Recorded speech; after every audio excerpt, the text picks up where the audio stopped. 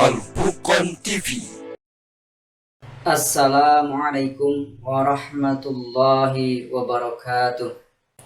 Alhamdulillahilladzi anzala ala abdihil kitaba wa lam yaj'al lahu iwaja.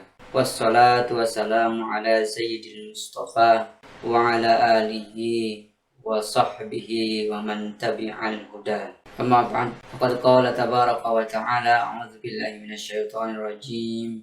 Bismillahirrahmanirrahim. Syahrul Ramadan alladzi unzila fihi al-Qur'an hudan lin-nasi wa bayyinatin minal huda wal furqan.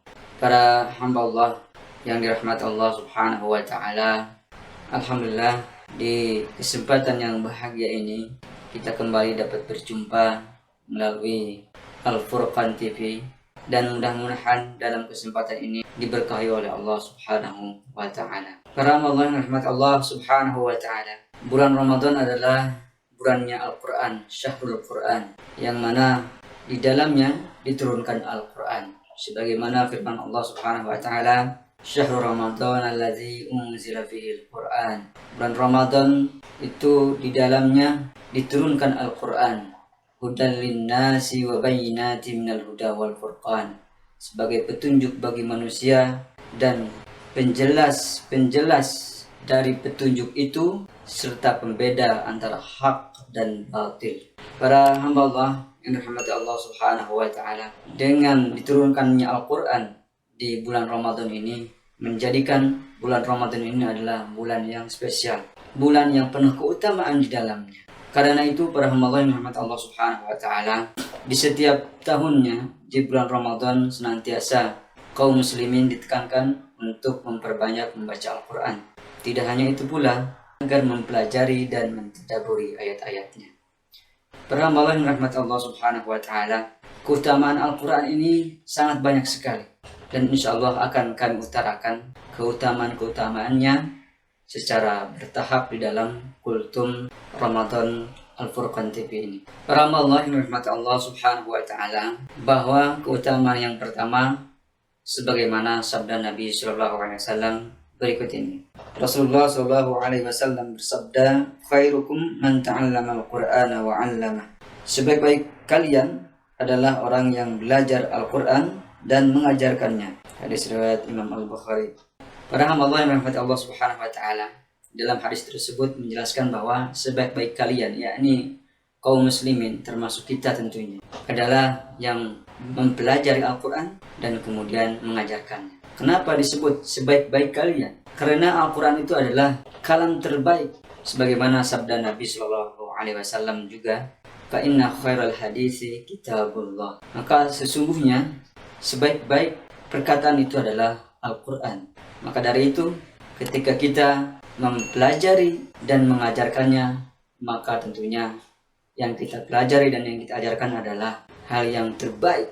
Para hamba Allah yang dirahmati Allah Subhanahu wa taala, itulah keutamaan yang pertama, bahwa ketika kita mempelajari Al-Qur'an dan mengajarkannya, maka kitalah sebaik-baik manusia. Para hamba Allah yang dirahmati Allah Subhanahu wa taala, keutamaan yang kedua adalah Al-Qur'an bisa memberi syafaat kelak di yaumil qiyamah. Sebagaimana sabda Nabi sallallahu alaihi wasallam, "Iqra'ul Qur'ana fa innahu ya'ti yaumal qiyamati syafi'an li ashabi."